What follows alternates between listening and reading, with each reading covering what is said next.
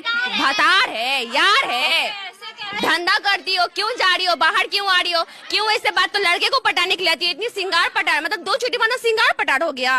करियो अगर भाई के साथ आओ तो कहती ना बॉयफ्रेंड है, माँ के साथ आओ फिर तो मम्मी कहती ना यही सब सीखने जाती हो, हमारी बेटी हो ना ऐसा बोलेगी तो मुंह तोड़ देंगे। मेरी मम्मी कहती कितना गंदा लैंग्वेज कहाँ से सीखती है, क्लास में क्या करके क्लास में सीख के आते हैं। जो हम लोग बोल रहे हैं ना कि ब्लैक बोर्ड है ना व्हाइट बोर्ड हो गया, अगर इस पे लिखोगे ना तो आग गड़ा के भी देखोगे तो नहीं दिखेगा कि क्या लिखा हुआ है, तो कैसे पढ़ाई होगा। अगर कुछ इस पे लिखिएगा आप तो कुछ दिखेगा ही, पढ़ाई कैसे। ये तो पूरा बोर्ड खराब है और सारा बोर्ड खराब है, सारे क्लास में का एक क्लास का नहीं, सारा बोर्ड खराब है।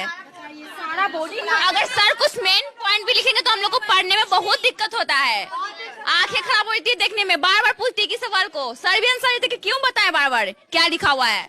कौन सा बोर्ड है, कौन सा बोर्ड है? ब्लैक व्हाइट बोर्ड हो गया है या व्हाइट है